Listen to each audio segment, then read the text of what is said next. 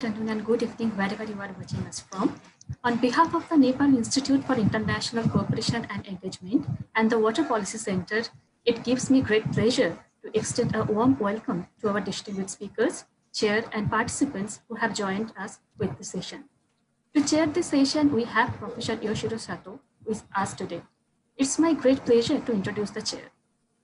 Professor Yoichiro Sato is a professor with the Ritsumeikan Asia Pacific University, Japan.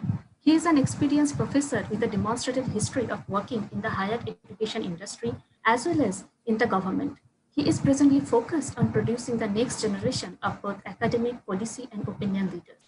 He is a strong education professional with a doctorate of philosophy in political science and is skilled in international relations and foreign policy.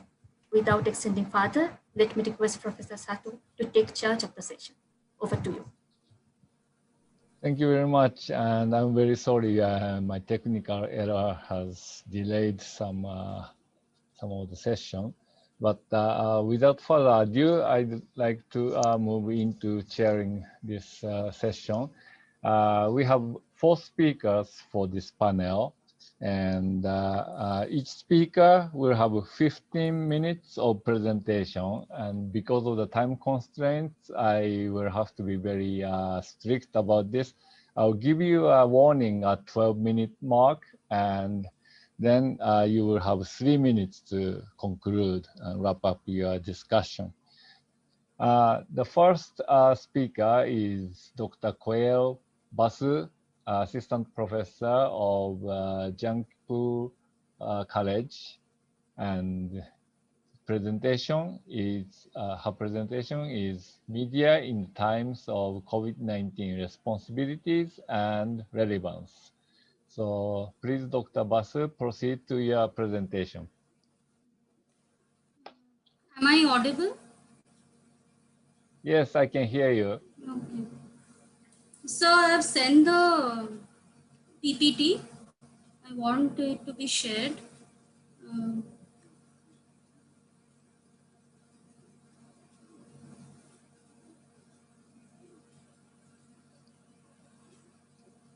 Okay, before that I begin my presentation. Yes, it is viewable. A very good afternoon to everyone across all time zones. I take this opportunity to thank YPC, its Director, Organizing Committee of NICE, Dr. Pramod, to give me this wonderful opportunity on this August platform to present my whatever I want to say, my speech. Here, this is something which is different from whatever I've been hearing, and I hope I'll be able to make a point to you. Thank you, Chair, for giving me this opportunity. My today's topic is media in the times of COVID-19, responsibilities and relevance. Now, we know that COVID-19 is definitely an extraordinary event, as it is famously called the Black Swan event of the century. We haven't faced anything before quite in 100 years. So here a lot of factors are working together, and one of them is definitely media, which is coming up with its own news presentations, and much of it is diluting the event. So we'll get into that. My presentation will focus basically on new media, distinctly different from traditional media, which is taking a very important and pertinent role in this pandemic. And I'll definitely focus on the positive and the negative effects of the media. So this is the broad framework or outline of my presentation.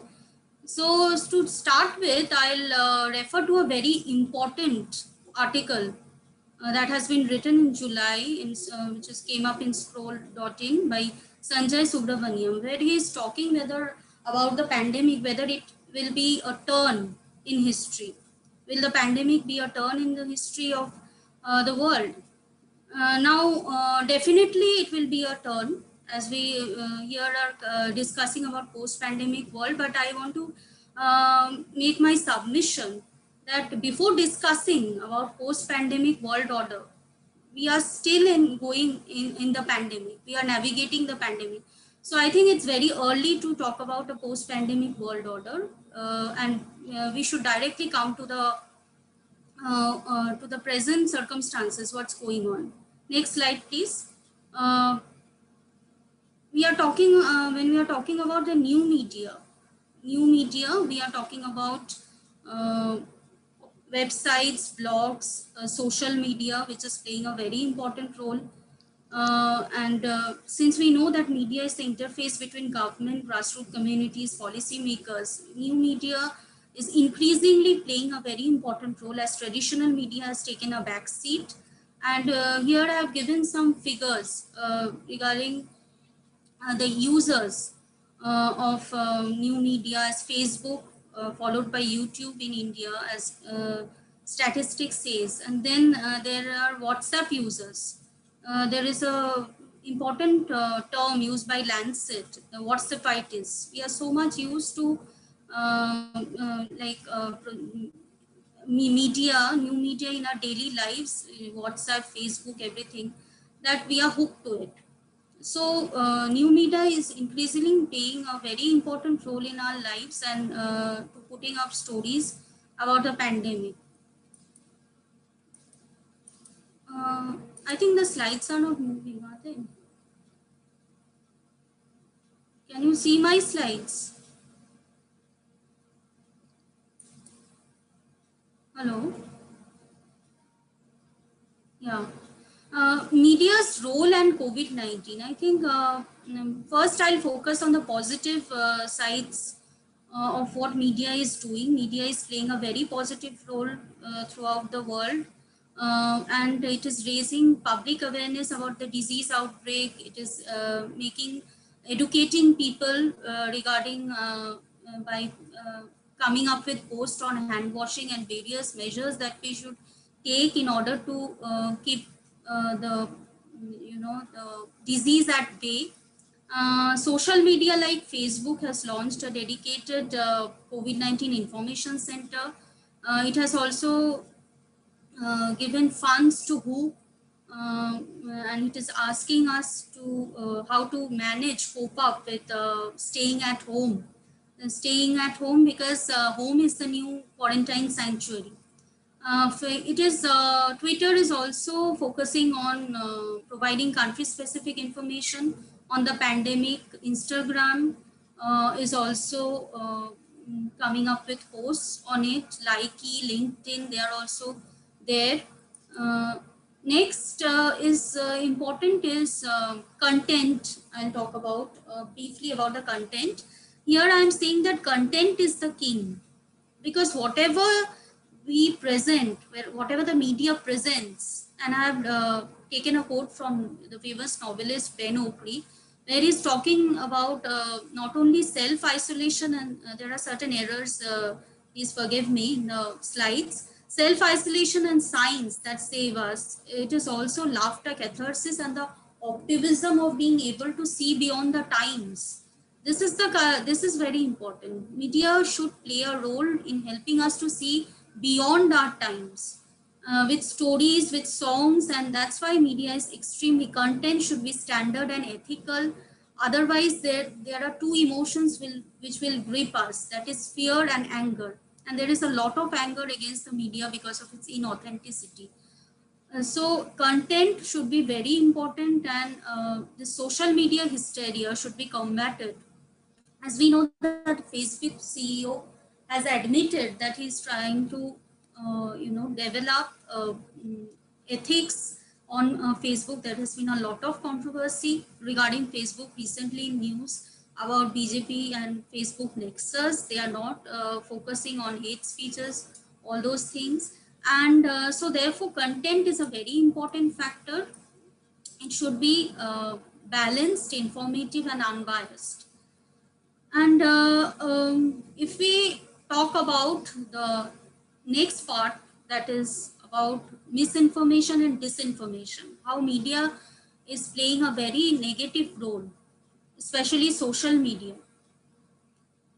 Social media is being charged with a lot of lots of allegation that it is spreading misinformation. And famously, the Director General of WHO has been talking about this misinformation, and it is called misinfodemics. Misinfodemics is spreading of misinformation which is contagious, just like the virus. And it is like spreading of fake news without any malicious intent. And now there is a fine line of difference between misinformation and disinformation. When we are talking about misinformation, we are talking about spreading of fake news, and disinformation is not misinformation. It is about intentionally talking about fake news with malicious content. So misinformation is also extremely something which has to be avoided, which is extremely bad for people, because they have unnecessary expectations regarding diagnosis, medication, and referral services, especially in countries like India, where there is a resource shortage. We know that the public health infrastructure is in quite dismantled. There is lack of sufficient PPEs. There is a lot of economic hardship. So focus should be on that instead of this social, evils, what is going on. And there was a very important verdict observation that was made by Mumbai High Court on 13 June 2020, where this point was raised that the media, social media especially, should overcome its partition motive and intent and focus on what is true, what is going on, because truth can't be compromised. So and media also has this dangerous kind of image that if it digs too deep or too little, both can backfire.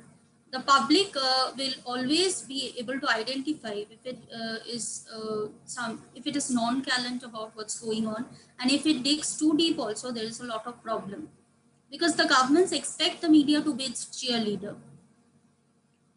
And how media has fallen short of expectation. Now, media is supposed to be the watchdog of people and not the lapdog of the government. But in various countries across the world, media is playing as the lapdog of the government. It is something which is not focusing on real issues of concern. There are bias, there are communal allegations that there are communal focus of the media on various certain sections. There is a lot of social stigma attached to it, and language is a very important problem, because language can generate xenophobia across countries.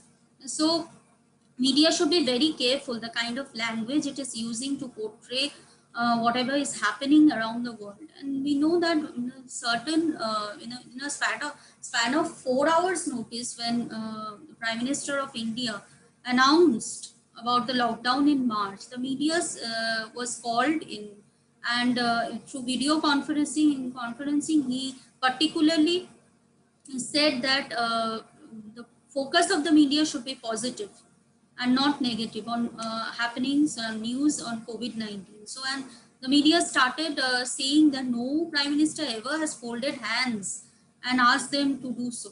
So this is something which is very alarming regarding the role of media. It is most of the times there is a tendency to fall into the trap of the government. So it should avoid that. And definitely there is a lot of censorship and surveillance on the media that is going on. And we know that certain reports, certain news that comes up on social media, journalists are hounded, journalists are asked to take away those posts from the social media handles. So that is something which has happened in UP also, where a certain journalist who reported on the disenfranchisement of the Mushar community was hauled up by the district administration. Next, I'll talk 3 minutes, about... Dr. Basu. Yes. I'll try to conclude. Disinformation in various countries, like whether we talk about USA, whether we talk about Turkey, whether we talk about countries like Philippines, across nations, we have seen that lot of myth busting is taking place. And there was a report by American journal of tropical medicine and hygiene, where the report said on how alcohol intake, as put up in various videos of social media, can save lives of people against COVID-19. So this is something, spread of disinformation.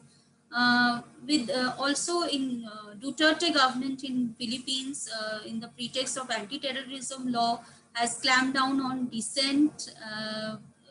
In Google also, if we have seen reports by Think Global Health, how African countries, people know very less about what is the real thing which is going on. So all these reports come up with the fact that there is thin line of this distinction between what is real news and what is fake news.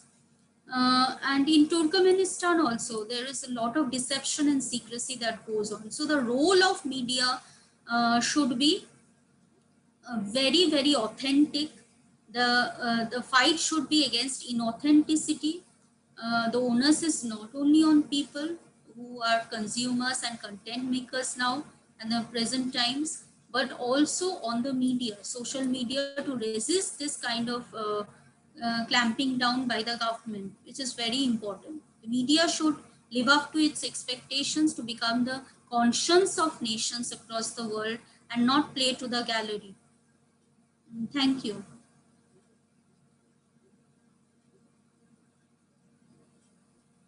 Okay, thank you very much to keep it within the time limit. The next presenter is Ramu CM. Mr. Ramu Yes, sir. is going to present his research on big oil in the post-COVID-19 scenario. Okay, Mr. Ramu, please proceed. Sure, sir. Okay. Thank you, Professor Sato.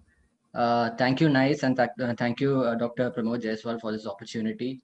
Hello, everyone. Today I'm going to speak about how the COVID-19 pandemic has impacted the global oil and gas industry, the kind of after effects, and also about how the immediate future forecast would be. So the topic is big oil in the post-COVID-19 scenario, caught between resilience and transition. So it's kind of like a dilemma between whether you can sustain as you are or whether you need to transform yourself to actually adapt yourself for a better future. Okay, just giving a basic overview. Okay, so oil price shocks generally are driven by number one, geopolitical risk, and second, market risk. So as we have seen across the, like the history of oil exploration and production in the 20th century, late 20th century, from the OPEC oil shocks, and then onwards to the Iraq war, the first Gulf War, and then onwards to 2003 invasion of Iraq by the United States forces. So every time, whether there is a geopolitical powder keg about to explode in some random choke point in across the world, there is always bound to be a correlation between that particular event and the oil prices. And at the same time, the other constant that is acting on this particular phenomenon is market risk, because eventually, I mean, the physical as well as financial market that is linked to oil is very much dependent on the security of demand and supply of the commodity. So currently, so we have a sort of a new risk wherein the pandemic induced risk, which is actually like destroyed demand. I mean, there has been a demand contraction, which is like which is projected to sustain for a longer period of time on top of an oversupplied market. So already there is a supply glut. There is like excess production coming from across the world from different oil provinces, and you have like very little demand to absorb this excess supply. So we have saturated storage spaces. So there is basically like no takers for cheap oil. And although the situation is improving in the third quarter of 2020, yet I mean the gloom scenario is projected to sustain for a longer time. In order to actually adapt to the changing circumstances, so big oil is basically the euphemism used for like the super major oil companies, and even the the other players, be it international oil companies, the publicly traded oil companies, the national oil companies which may be publicly traded or which may be completely state owned, and even the oil field service companies, like the ones that actually offer contractual services for drilling and exploration and whatnot. So how these companies are forced to realign their priorities to adapt themselves better to a changing market scenario. So I've actually characterized 4 different vectors which are driving these changes. So number one is like structural changes across the business chain and the supply chain. Second, it's divestment, which is like disinvesting assets and portfolios by the oil companies, and also how institutional lenders, I mean the financiers and the banks, investment banks, which have been like loaning money to these oil companies, have been trying to divest their assets, either under the pressure of shareholder returns, because shareholders are becoming increasingly skeptic, or for that matter because governments across the world, governments and even public opinion is also, like especially in Western countries, is shifting more towards accommodating low carbon sources of energy, and energy transition will be the final impact driver. So if you look at the following histogram graphs, so you can see the like the 10 to 11 year time period in which global exploration and production, which is like the upstream sector, the major this up basically like oil, like the oil business actually like takes place across 3 different vertical segments. So you have the exploration production, which is upstream, then the midstream, which is transportation, and the retail and distribution, refining, marketing, and all comes in the downstream.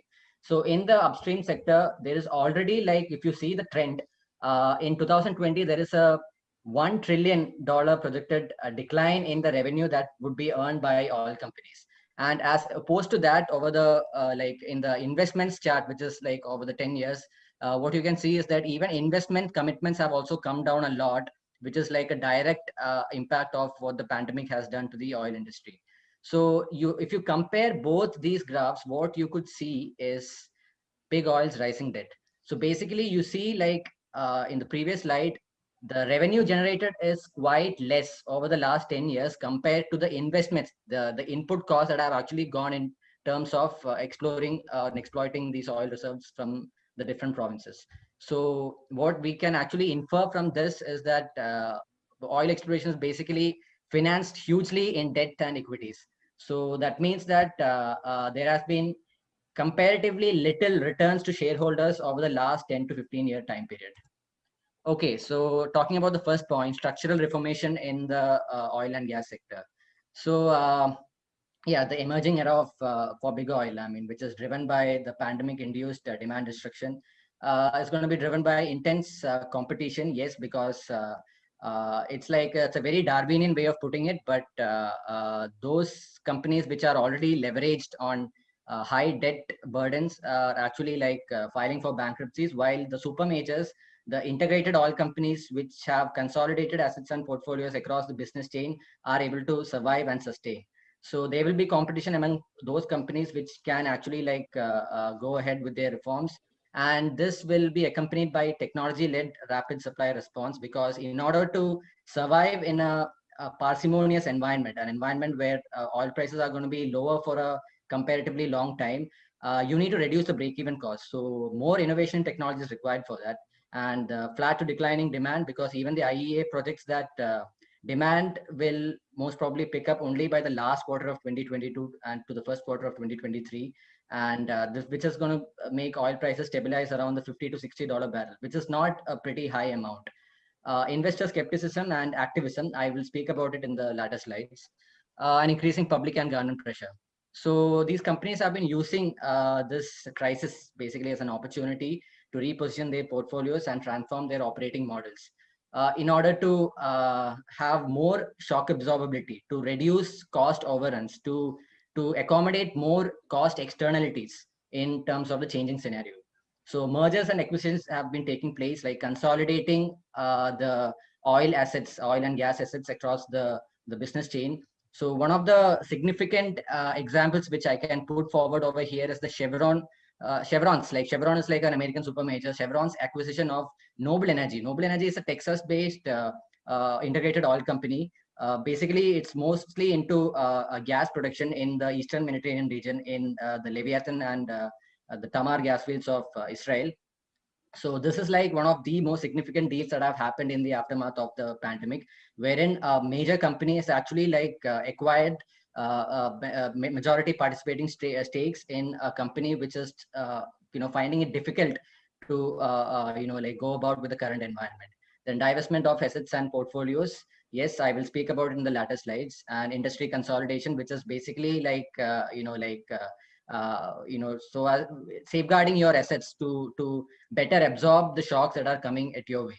And then capacity reductions, layoffs, and upgrades, financial restructuring, because there is more focus on ensuring returns to shareholders. Because if you look at it, as per a survey that was conducted by global one of the famous global energy intelligence firms, Wood Mackenzie. So it has been inferred that from 2005 onwards up to the current scenario, oil companies have basically generated quite less. It has basically underperformed against the major stock market indexes, that is the Dow Jones Industrial Average and the Standard & Poor's 500 Industrial Stock Exchange Index.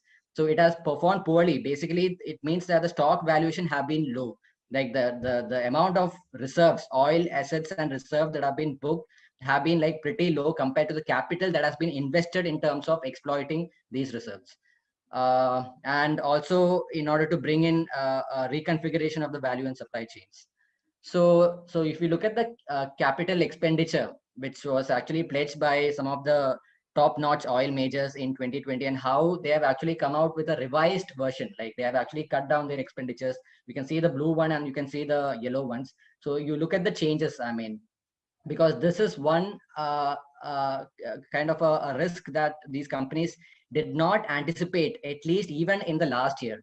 Because when companies plan strategies for exploration and production, they plan it on the basis of mega cycles of shifting demand and supply. So this was something that has not been anticipated. So suddenly they are coming up with revised forecasts. Secondly, so I'm going to talk about divestment by institutional lenders. So if you could see in these two schematic diagrams, so what kind of institutions are divesting? So basically these institutions that you see over here, from faith-based organizations, hedge funds, pension funds, and whatnot, and even governments. So these are not direct investors or direct shareholders in oil companies, but basically indirectly they are actually connected to oil-based or energy-based securities and stocks. So how under pressure from lack of confidence in oil company returns, or for that matter from the pressure to actually divest more into green portfolios, there have been like almost $6 trillion like a change, a shift in divestment of these institutions in oil companies. And some of the major investment banks, how their priorities have also turned in the last like the data till 2018, and how there's going to be an even major impact after 2020. Okay, so speaking on, like, as a corollary to that is the energy transition and its impact on the oil companies. So the pace of portfolio diversification into non-carbon sectors has intensified in the aftermath of the pandemic-induced investment parsimony.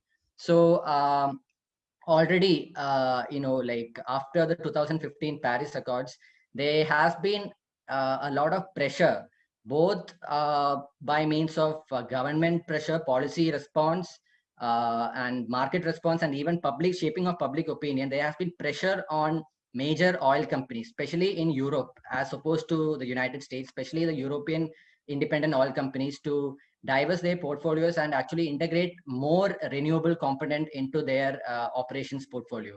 So you can see from this graph about how some of the European companies, like Repsol is a Spanish major. It has actually like contributed the most. Equinor is a Norwegian company. Then Total is French. So, and Shell, BP. So mostly these are from European companies. And you can actually go through the figures. Okay. So, and this is like a comparative chart between mostly like American companies, ExxonMobil, Chevron. So, and that, in comparison with, the European companies, which have actually like divested a lot of their stakes into green and renewable component. 3 minutes, Mr. Ram. Okay, sir. All right. So in conclusion, what to expect from the current scenario? So obviously, like I said before, there is anticipation of a lower for longer oil price environment. So you need to brace yourself for a storm which is going to last longer than anticipated, because demand is not, projected to pick up anytime soon, at least in the next year, mostly because the aviation sector is down. So a lot of the demand that is driven by the aviation sector is going to be depressed, even though some of the Asian economies like China has been, increasingly accepting gas shipments. Then you look at global refinery intake; it is slightly recovering in the recovering in the third quarter of 2020, but the pace of recovery will be trailing behind the demand rebound, as product inventory levels are very high. Storage is still high. There is still an existing contango wherein the spot prices are trading at very lower levels in comparison to the forward prices. So traders are basically hoarding oil in the deep seas, in tankers and all, like storing it at deep sea so as to sell it at a higher cost when the prices rise. And OPEC plus. So if you look at Saudi Arabia and Russia, they have come up with this production cuts along with the other major members of the OPEC, but it is still insufficient because there is always this problem of uncertainty over compliance in regards to the member nations of OPEC countries, because only the top, the like Saudi Arabia, UAE, and for that matter, even Russia might actually adhere to the production cuts, but you don't expect that from problematic countries like Libya and Nigeria and whatnot. Then integration of renewables will actually help these oil majors with oil field operations. So mostly these oil majors are actually investing in offshore wind farms and whatnot, and they will actually like divest their portfolios and use the power generated from these renewable assets to basically power their oil rigs and oil platforms, which are either onshore or offshore. And despite short-term demand contraction for LNG, demand for gas is projected to pick up soon, triggering competitive prices and more investments. So basically, the Asian market is going to be like especially led by Japan, then China and India, and even Korea will actually like absorb most of the gas demand in the future. And this is actually good news for the oil and gas industry, maybe like in the next 2 to 3 years to come. And finally, I like to conclude saying that the changing circumstances means companies are actually forced to speciate and mature and adapt themselves to survive in this situation. So otherwise, they have to be faced with the bare truth that if you don't adapt, then you bet if the going gets tough, the tough gets going. Otherwise, you'll just lose off and die. That's it. So that's about it. I'd like to conclude my presentation. Thank you. And I welcome questions. I mean, since there's paucity of time, I welcome a lot of questions. Thank you. Thank you very much. Our next presenter is Dr. Sashmita Rajwa, Assistant Professor of Maharaja Agrasen College, University of Delhi, speaking on diaspora as a factor in India-African relations in the post-pandemic world order. Dr. Rajwa, please proceed to your presentation. Thank you, Chair. Thank you so much. Let me just share my PPT. Is it visible now? Not yet. Okay. A very good morning to all of you. My name is Sushmita, and I'm teaching in one of the colleges of University of Delhi. I also work with ODI, Organization of Diaspora Initiatives in New Delhi. My major research has been on Indian diaspora, so I'll be speaking on diaspora. As you've been hearing diverse and various topics today, we've heard about media, oil, and now I'm talking about diaspora. So firstly, I would like to thank NICE and Dr. Pramod Jaiswal for inviting me and giving me this opportunity to present my views. Thank you very much. Now, my topic today, which post-pandemic world order. So,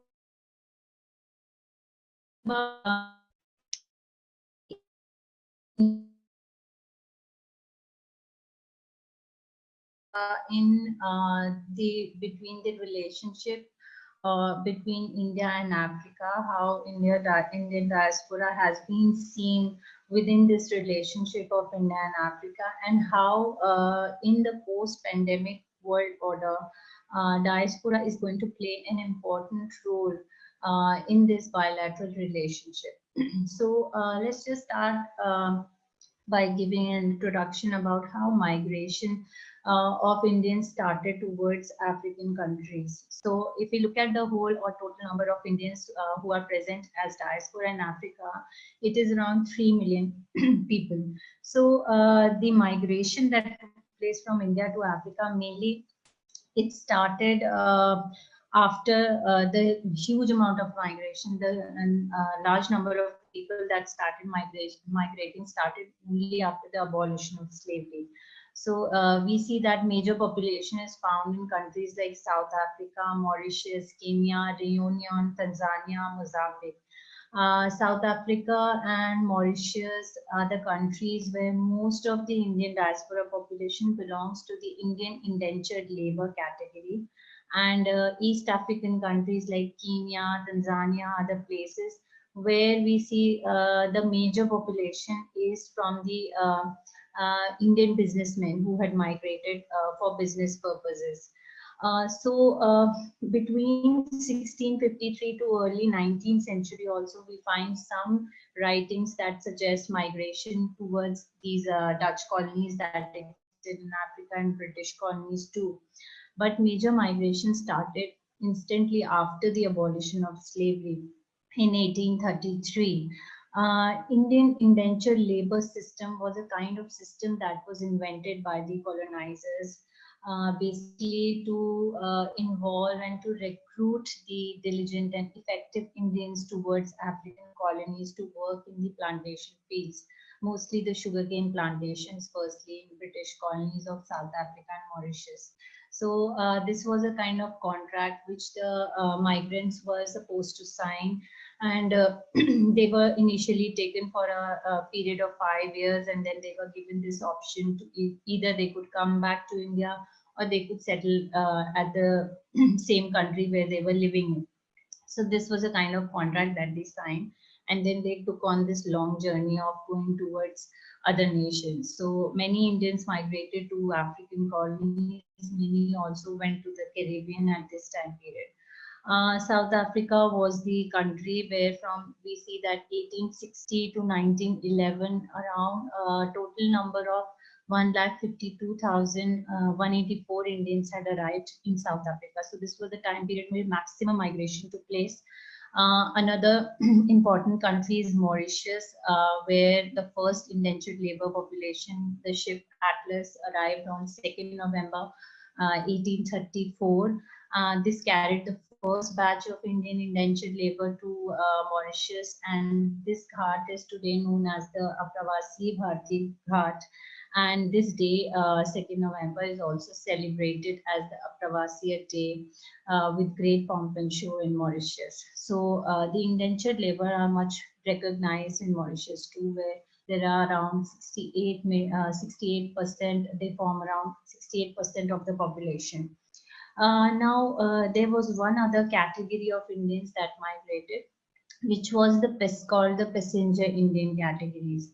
So under this category of Indians, mainly traders had migrated, mostly from the east coast of India, states like Gujarat. A number of them had migrated to East African countries, Kenya, Tanzania. These places were the major countries where Indians businessmen migrated. And today, later on, they settled as very successful businessmen, entrepreneurs, and they form the majority of higher economic class in these countries today. These are just some of the images of indentured labor. As you can see, they're working in the sugarcane plantations and other plantations in South Africa and Mauritius. Now, if we talk about how the policy had taken place, how the policy was shaped from the Indian government side towards its diaspora.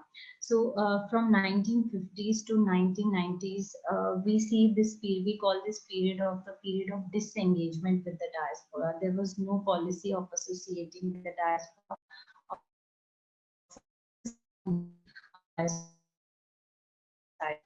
post-independence, India was itself embroiled in many regional conflicts with its neighbors, and it was driving the cause of non-alignment too. If we quote Pandit Jawaharlal Nehru in his foreign policy document, he had said that an Indian who goes to the other countries must cooperate with people of that country. So basically, he must win for himself a position of friendship and influence. So service. The Indians should cooperate with Africans and help them as far as possible, and not claim a special position for themselves. So what he tried to reiterate here is that India is in no position to provide that help and that kind of engagement that the Indian diaspora might require from its home nation. So they should try to assimilate with the local culture. They should try and assimilate with the countries that they live in and try to position themselves as citizens of that country.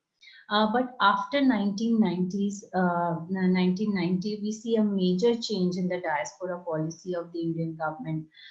This time period, the policy has been termed as that of active association with its diaspora. So now the policy has become the one which is actively engaging its diaspora. Diaspora became very important and useful agents for the Indian government in terms of trade, investment, technology. So in also in 2001, the recommendations of the High Level Committee on Indian Diaspora, which was aimed also to more broadly reimagine Indian diaspora, included people of Indian origin as well as non-Indian, non-resident Indians. So people of Indian origins was also included of other separate categories that were not earlier taken up as the ones who belong to Indian diaspora, like NRIs.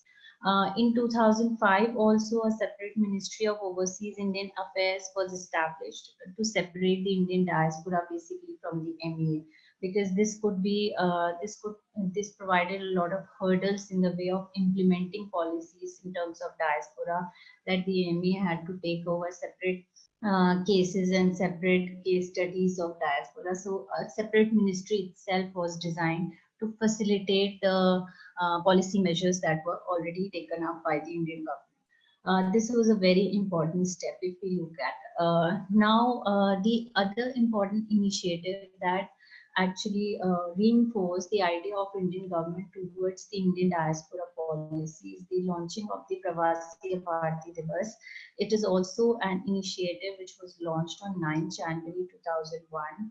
9 January because it marks the return of Mahatma Gandhi from South Africa, who had come back on this date, and therefore they chose this date.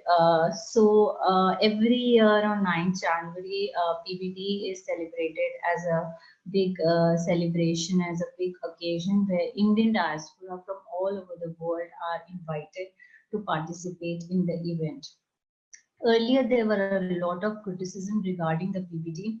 So we could find that a lot of scholars, thinkers around the idea, they criticized this policy and said that this seems and this looks a kind of policy where Indians are only invited to make investments in their homeland. So India is also only looking for their money and investment. So the kind of remittances that they are getting is the only thing that is important for the whole country. However, the diaspora is looking for other things too. But now over the years, this thinking has changed because India has also facilitated PBD along with other policies to engage the diaspora, which are not related exactly or pointed specifically towards the investment side. OCI card is another important policy measure that was basically launched in 2006, overseas, providing a kind of citizenship to Indians who are people of Indian origin who are residing in other countries, which is known as overseas citizenship of India. This was a kind of recognition that was provided to Indians. No India program was launched in 2004. This is another initiative, a very important one, aimed at the young diaspora. So we also have this category in terms of countries like Africa or Caribbean or even in the Southeast Asia. If we look at the Indian diaspora, the Indian government now understands that there is a major distinction between the young diaspora and between the old diaspora. So it has to make that distinction between them and target different groups in different manners. So 3 No minutes India now. program is actually targeted on this youth, young diaspora. Now this young diaspora is the one that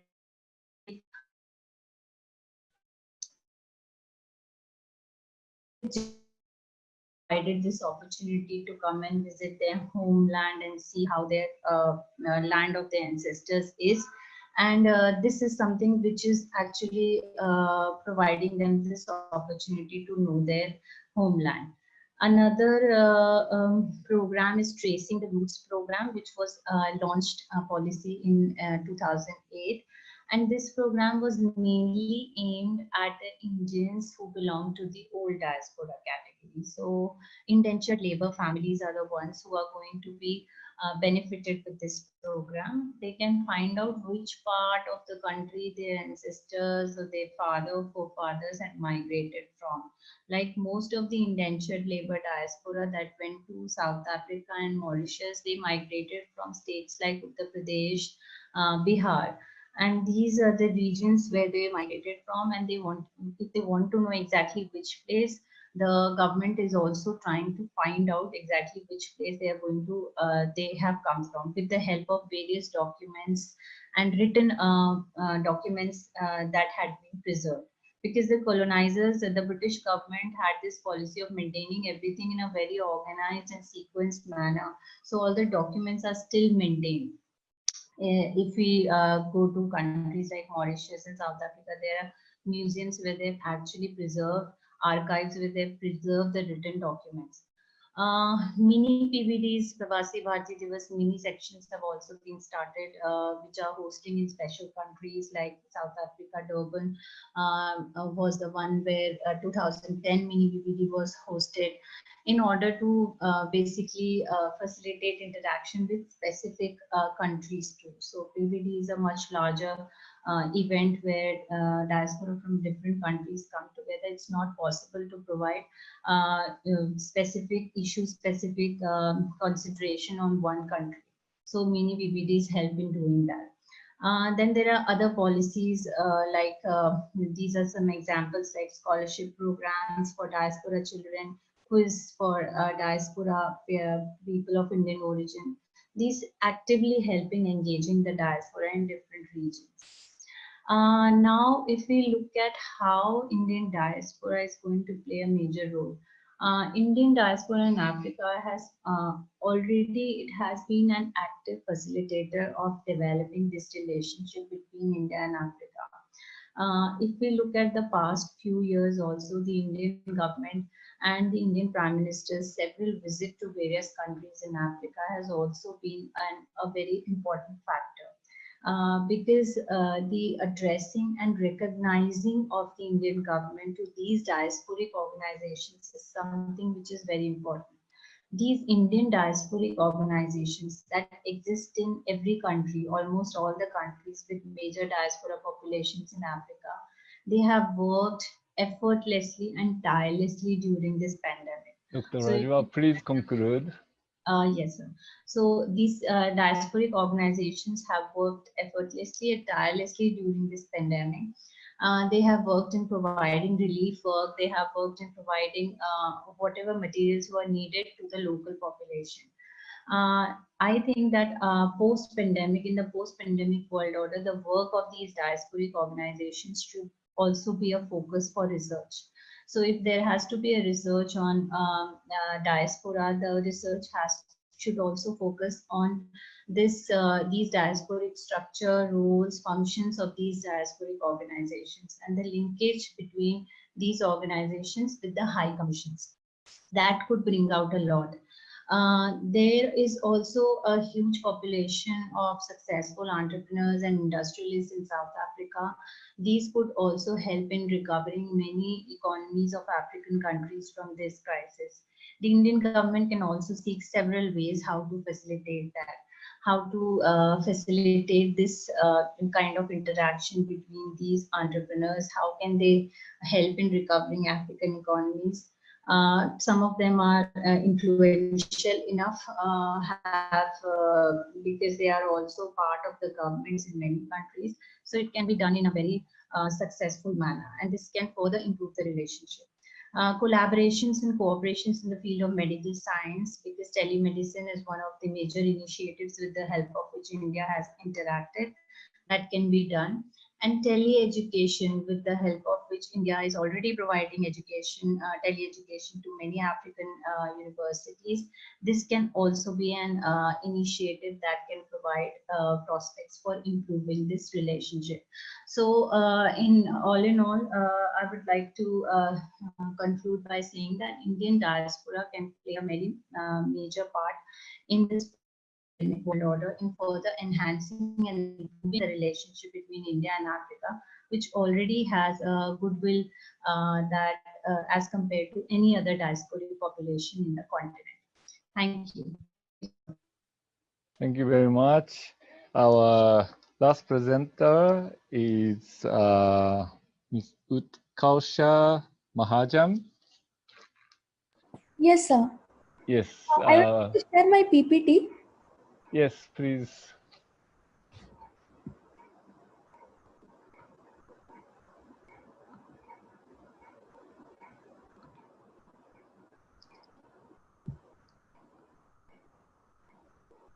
Sir, is it visible? Yes, I see it now. Yes.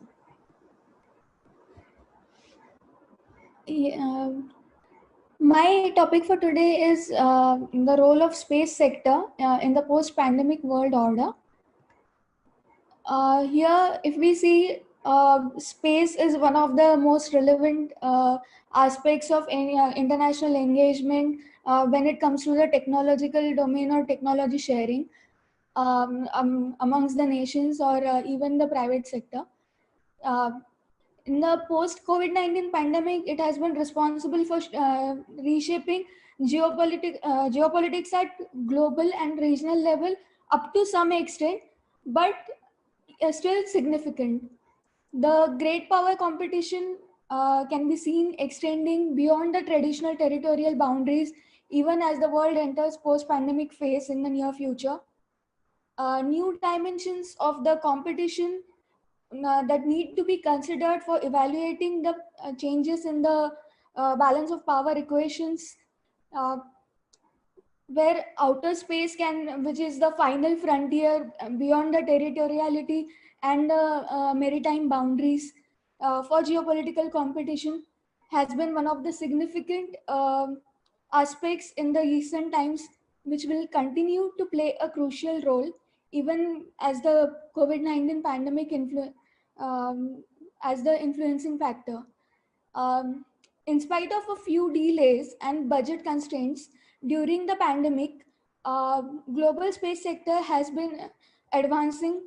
There has been hardly any impact or a slight impact on the already undergoing missions, and still new missions or new projects have been undertaken by the private and the government run space agencies.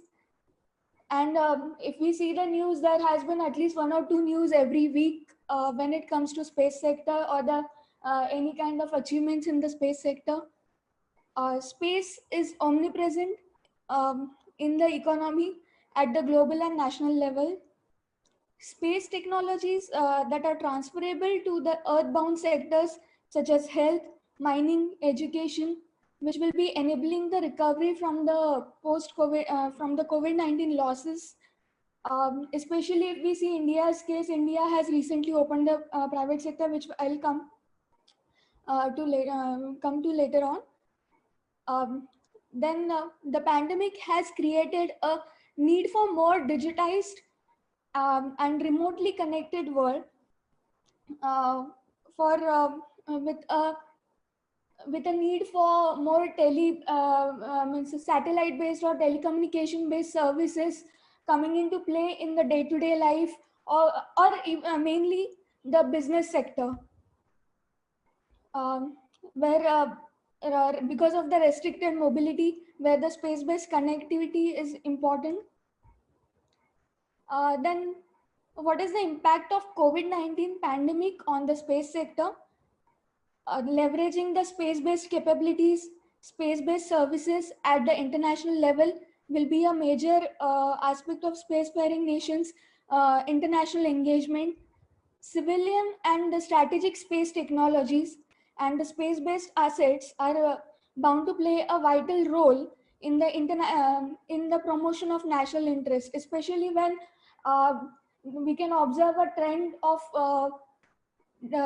what we say the deglobalization or rolling back of globalized world, and has been a restriction on territorial boundaries and mobility across the across the boundaries, as they operate through the various scales ranging from the small research projects and multidisciplinary initiatives.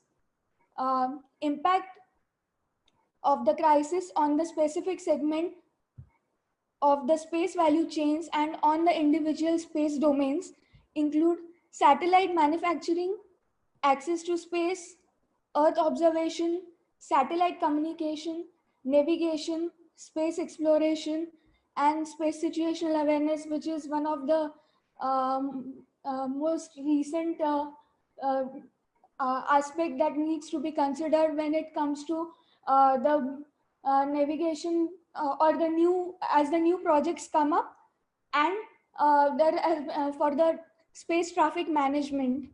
And in the same domain, space surveillance and tracking, which is also an important aspect of the ground-based space services or ground-based monitoring of space.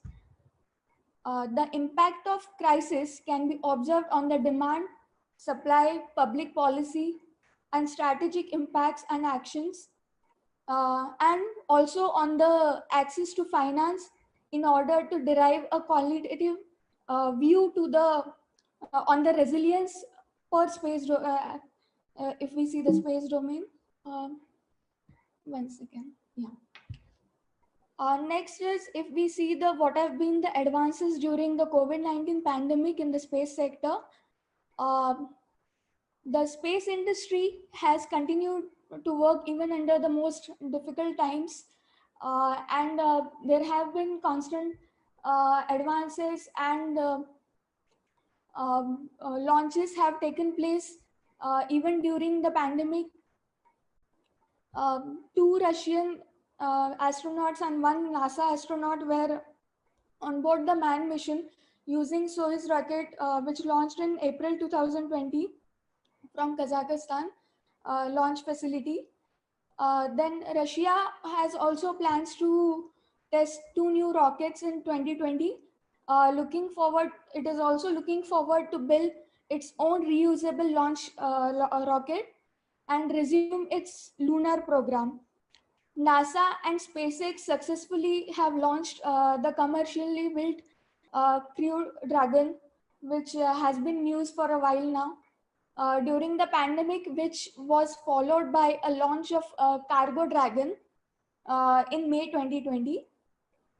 India has been progressing in terms of its first manned mission Gaganyaan, which is set to launch in 2022. And other missions such as Aditya, L1, and Shukrayan, which are the space exploration missions for the next 5 years, which have been undertaken and which have been progressing over even during the pandemic. India's new spaceport has come up in Tamil Nadu. Earlier, India has been using its PSLV for launching commercial launches and of the small satellites. The piggybacking was one of the key features which has brought some commercial revenue in the past, and the success rate has been very high. But piggybacking has one of the disadvantages, that is the launch in the orbit has lacks the preciseness of the inclination and the elevation. So India has now come up with its SSLV design as well as the SSLV facility, which will have another advantage, that is the less time required for the assembly of the launch vehicle also, and the cost of launch is also very low as compared to PSLV. Then amidst pandemic, India opened its space sector and ISRO facility for private players, which is bound to play a crucial role in the terms of the economic engagement of the private actors in the new sector that has been open in the aerospace domain, and which has multiple multi-sectoral kind of engagement in the space domain, and vice versa also. Then China's quantum experiments at space scale, which has tested its recent success in terms of the launch of Meteors 2 years ago, and which has established a satellite-based network using quantum entangled photon that has been sent password 1120 kilometers away, which is a major milestone in building a practical global scale and ultra secure quantum internet, through which China has claimed its quantum supremacy in the space domain. Where Google had claimed the quantum supremacy in terms of computation, uh, China has gone for a different path for claiming its quantum supremacy, and which has a practical usage and practical implementation, which is unhackable communication, and very secured in terms of the protection of the critical infrastructure or the space-based internet connectivity.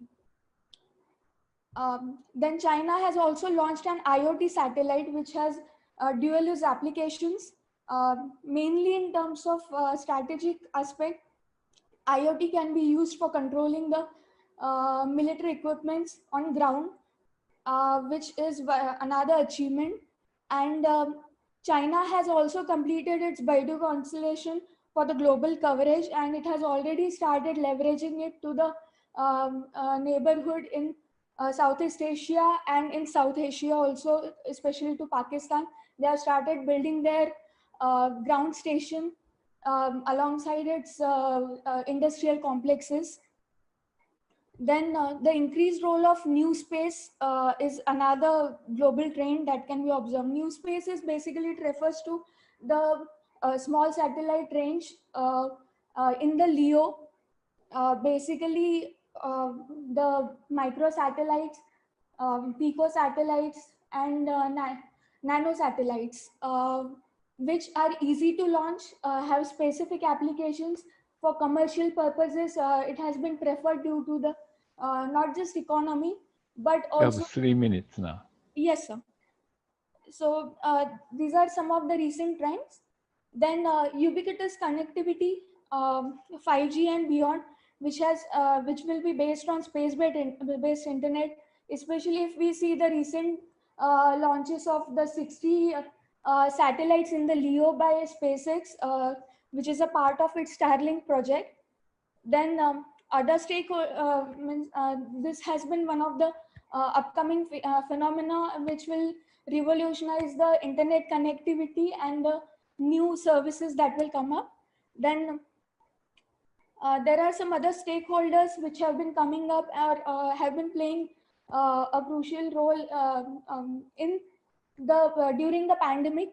Iran has come up with its launches. One has failed in February, but it still has 5 projects ongoing for the launches in the near future.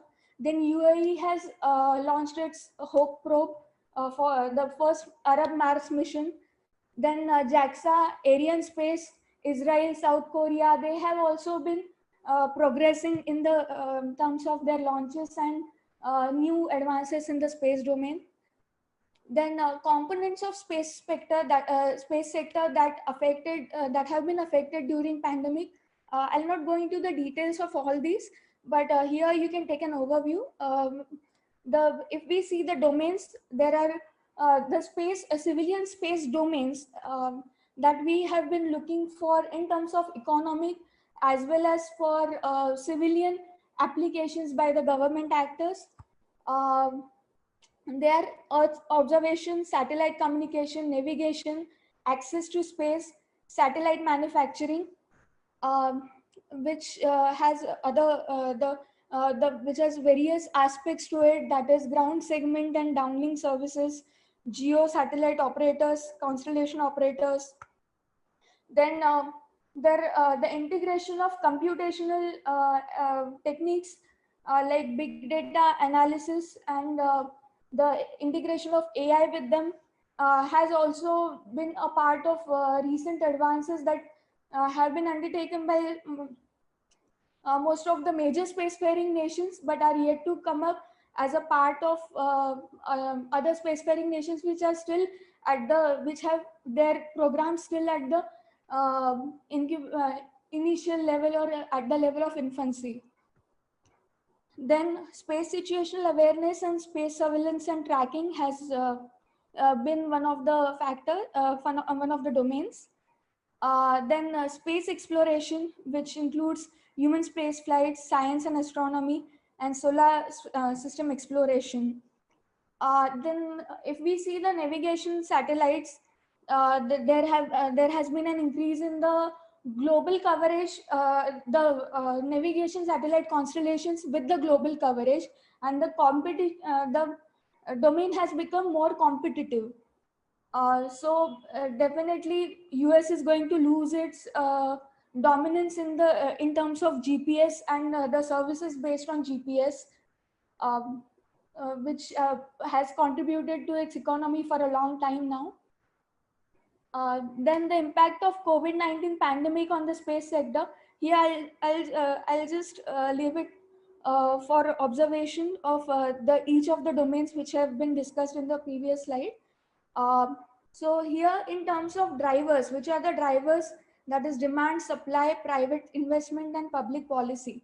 So what has been the impact of COVID-19 on that? So here if we see, there has been either a slight impact or no impact in terms of public policy, except for the Earth observation. Here we see. Then communication has been affected more negatively only in terms of private investment, and hardly any impact on the demand, supply and the public policy aspect of it. Then satellite navigation has been impacted in terms of demand, although China has been leveraging and the ground stations have been established at a faster pace in the recent times, especially in the last almost 1.5 years. Then space exploration has been slightly impacted.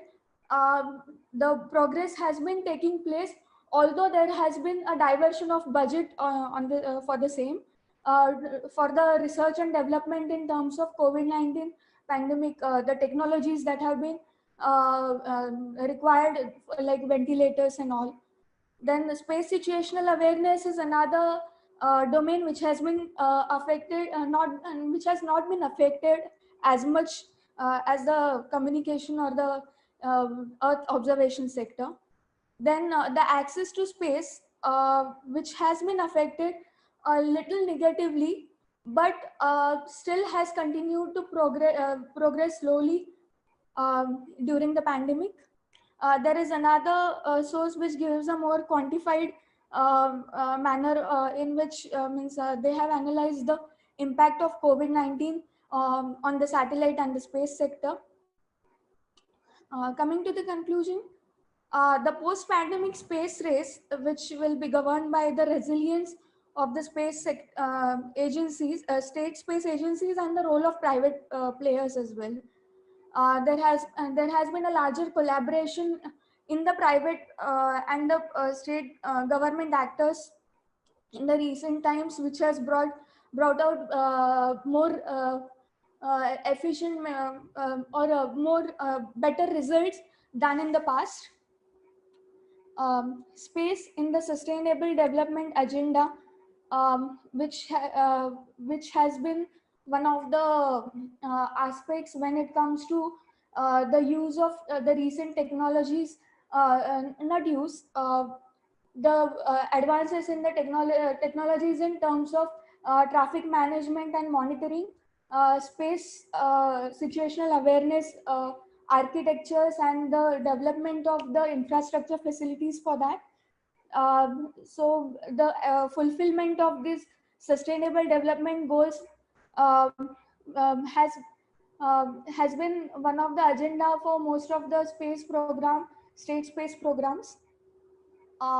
Then space situational awareness, there is a need for integration and computational capabilities such as AI, quantum, IoT with existing capabilities. Sorry. Ms. Mahajan, I'm sorry, I have to interrupt you here. You have exceeded your time limit by 5 minutes already. So you can leave this slide on for now so that the audience can keep reading them. But meanwhile, I'd like to move on and start posing some questions to the presenters. Okay. This is only fair to the other presenters. So I'm sorry about that, but please leave the slide on for now. Thank you for your presentation. Yes. Okay. Thank you for very interesting presentations. And let me first ask questions. There is no question posted from the audience in the chat, so I have 4 questions to each presenter. And Ms. Mahajan can talk more when I ask you a question. Anyway, first to Dr. Basu. A very interesting presentation about misinformation by social media. I'm not sure if it's limited to social media these days, especially if you watch a lot of American so-called news televisions. And the quality of news has very much deteriorated over the past decades or so, I think. But how would you see this decaying of the media quality due to the fact that the gatekeepers are way too diversified and audience have a complete freedom to choose from whatever suits the level of their intellect? Is there any solution to this problem? That is a question to Dr. Basu, and I'll ask all 4 questions first and then go back to each presenter to answer those questions. Mr.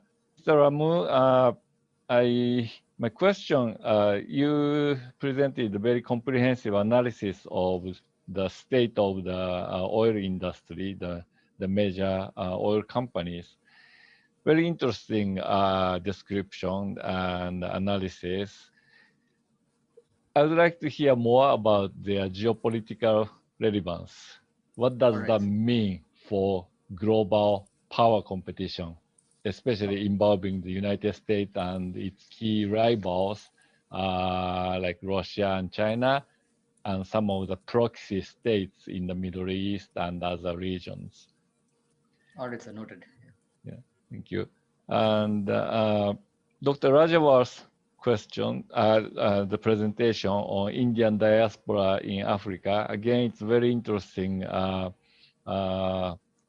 explanation that the major foreign policy change of India, the post-Cold War period, resulted in the more active and growingly diversified interest of the Indian government in the diaspora population of Indians in Africa. My question is, currently Japan and India started talking about cooperating on Africa connectivity in conjunction with this free and open Indo-Pacific initiative. How would you see the prospect of this cooperation? What would Japan offer? What would India offer? So that's the kind of question I have. And finally, to Ms. Maharajan, my question, you presented a very broad picture of the very diverse space-related sectors and the growing competition and initiatives in this area. My question is fairly simple though, and quite general. When a lot of entities, governmental and commercial entities, are entering this competition, will space remain a kind of public goods, or will it be increasingly privatized? And what would be the future of governance of governance of space? For example, lower satellite orbit, which could be a rare commodity. Okay, so that's my question to you. Thank you. So first, Dr. Basu, you have 3 minutes to answer. Yes, sir. Thank you for your question.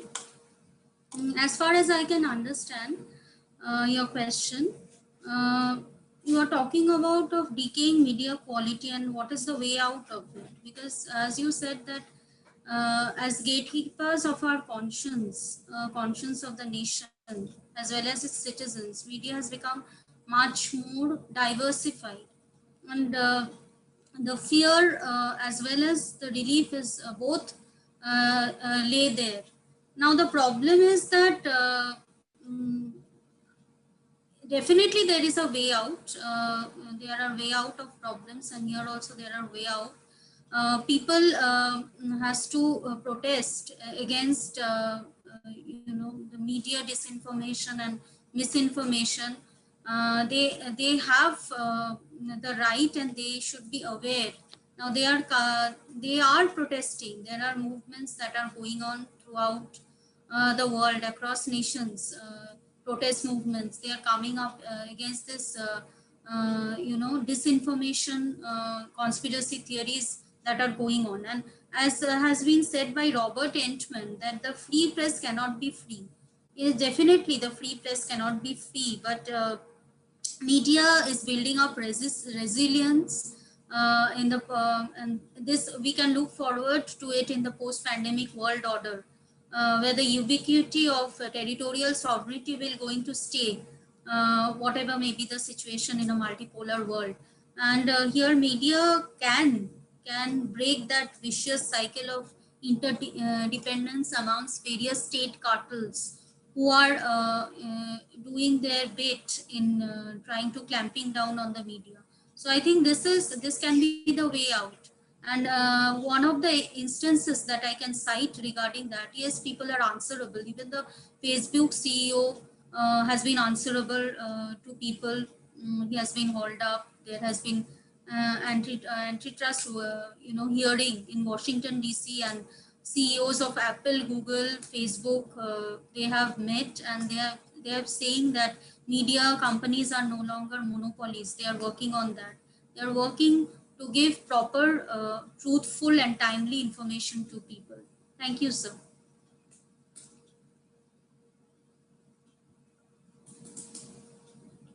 Thank you very much. The next, Mr. Ramu. All right, sir. Professor Sato, you asked me about, to give a better perspective on the geopolitical power competition between the countries, the states as such. So to give a broad picture of things, so even in the post-pandemic scenario, we could see continuation of the trend that has been observed in the past half a decade or so, wherein global oil production monopoly will still be under the hands of the United States, Russia, and Saudi Arabia. As for the US, the minor oil companies, like the oil companies that are invested in the shale patch in the Permian and the Marcellus back in shale area of the United States. So many of them have either like de-evolved, I mean, filed for insolvency and gone out of operation, but some of them have kind of like, like bundled up and sold their assets to bigger companies and bigger, utilities. So what we could see is because of a generous lending system with relatively lower interest rates and even deregulated energy sector, US oil production will,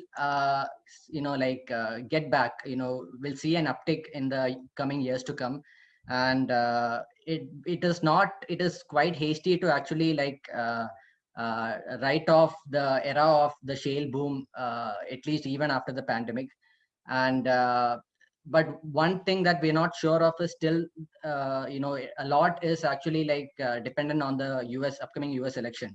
So if Trump returns to power, definitely it's going to be a deregulated energy sector, and more areas will be open for exploration, and more oil will come out of the US, thereby depressing oil prices even further. But on the other hand, if the Democrats win, it is still a little uncertain about what Joe Biden's point of view is. I mean, he might be playing the ultra left card right now in terms of election tactic, currying favor with the progressive Democrats. But for a person who is more centrist in viewpoint and who is who has more votes in the southern states, so despite being a Democrat, I doubt if he will actually come up with a revolutionary new Green Deal as had been proposed. So it might not impact US oil production, oil and gas production, at least in the next half a decade or so. As regards to Russia and the Middle East proxies like Saudi Arabia, UAE and all, mostly it is the national oil companies which is supported by their sovereign wealth funds. So they have a lot of their budget surpluses, I mean, cash revenue surpluses, which are actually safeguarded in the sovereign wealth fund. So they are in a better situation than more comfortable situation than the independent oil majors, which because of their exposure to shareholder expectations are forced or pressured to divest and diversify their assets. So Russia and the Middle East countries, oil is basically a source of revenue and even for legitimizing power and social stability. So this kind of competition is going to be there, but I don't expect any geopolitical events to either create a price shock in the anytime in the near immediate future, because there is going to be a supply excess for a long time to come. And on top of the supply glut, geopolitical event is not likely to create a sort of a price shock, because even demand is going to be depressed for a longer time. So geopolitics will have to take a rather back seat, at least for the next half a decade or to come. So that would be my answer to your question, sir. Thank you. Okay, thank you very much. Very interesting. Next, Dr. Rajwa. Yes. Thank you, Professor. Thank you for your question. And you've raised a question on a very important issue which we see in today's relationship, especially in the bilateral relationship between India and Africa. This Asia-Africa Growth Corridor cooperation that had started, announced in 2017 between India and Japan, was an initiative which came out as a very important policy measure, because when we talk about, especially when we are talking about relationship between India and Africa, what we see is mainly what we keep reiterating is the historical aspect of this relationship. We have been connected historically. There has been migration. There is a huge presence of diaspora. And how can we utilize this now in today's context? India has a goodwill in African countries, that is for sure. But as in today's world order, it is not something which can be comparable to other players who are in the continent, who are already there. For example, China. If China is there in the continent, India cannot very openly compare itself with the kind of fundings and kind of the development funds that they are providing. So this is the kind of contest that we see when we discuss our relationship between India and Africa. So AGC came in at a time when India and there were a lot of competing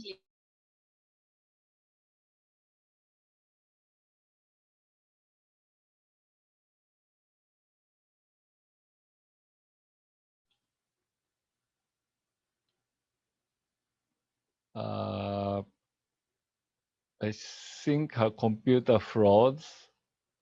Can others see? I mean, can others hear her? Okay. Maybe I have to move on then. So maybe yeah, I'll ask Ms. Mahajan to answer the question which was addressed to her. Thank you, sir. So thank you for the question. Actually, this is one of the most most debated kind of issue. That is what role commercial space sector is going to play in the global economy or global space sector. So it is means obvious that the commercial entities are going to play a major role or increased role and will have an increased share in the global GDP or the global space economy. And even the success rate has been very high when it has been a collaboration between the state space agencies and private entities in the space sector in the recent times. So the one of the issues that comes up is what kind of role the government space agencies will have to play in terms of regulating the space governance or regulating the private sector also. So there are two aspects to it. That is either it can play a role as a facilitator or as a gatekeeper. So now there has been a change in the role for the countries like US or even now India with its private sector coming up. It has been turning its role, changing its role from more as gatekeeper to as facilitators. And government will keep representing its space programs or the agenda for space on the international platforms, and there will be a distribution of responsibility among the space sector and the government sector. That's it, sir. Thank you very much, Ms. Mahajan. Dr. Raj was back, so she can wrap up her answer. Yes, Professor. Sorry about that. I got disconnected.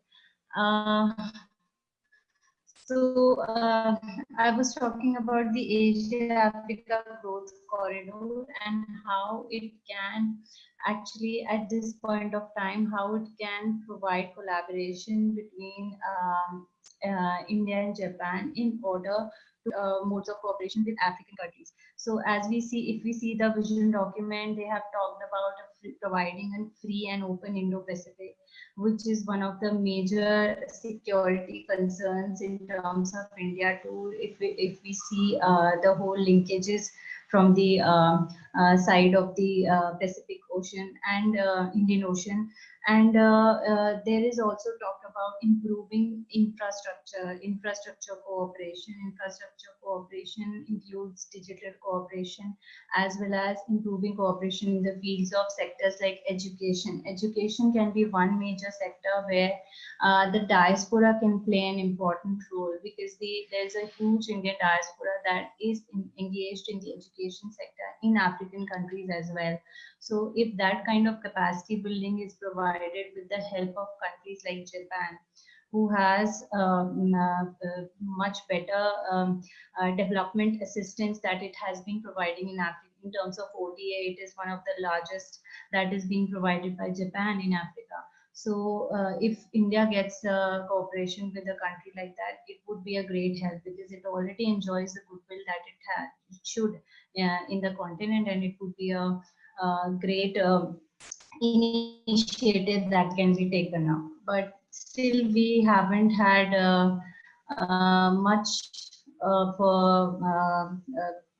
a road ahead since 2017. It was launched, and there hasn't been.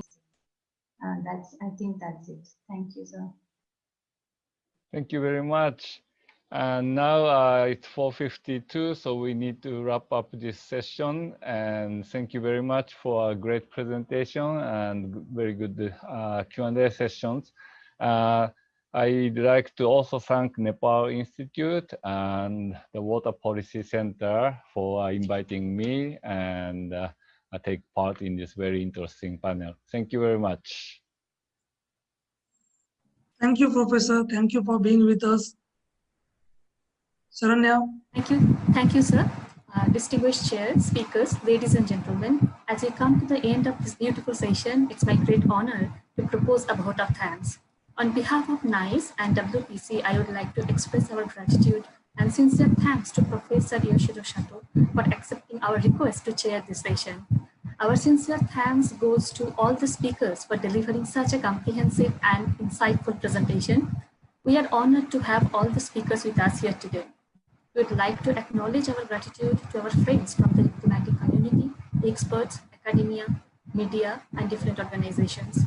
Last but not the least, I must mention our deep sense of appreciation for our audience who participated in the webinar and those who are watching us live. We are truly honored to have you all with us this morning and hope to stay connected with you in future as well. I request all of you kindly join us for the next session. Thank you.